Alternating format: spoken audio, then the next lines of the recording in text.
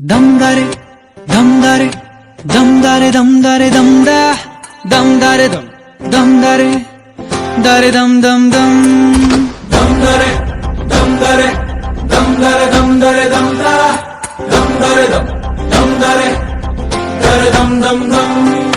ಕಥೆಯೊಂದ ಹೇಳಿದೆ ಬರಿ ಗುರುತುಗಳೇ ಕಾಲೇಜಲ್ಲಿ, ಕ್ಲಾಸ್ ರೂಮಿನ ಬೆಂಚಲ್ಲಿ, ಕಾರಿಡಾರ್ ವಾಲಲ್ಲಿ ಸಾಲದೆ ಗುರುತೊಂದನು ನಾಗೀಚಿದೆ ಫ್ರೆಂಡ್ಶಿಪ್ಪಿನ ನೆಪದಲ್ಲಿ.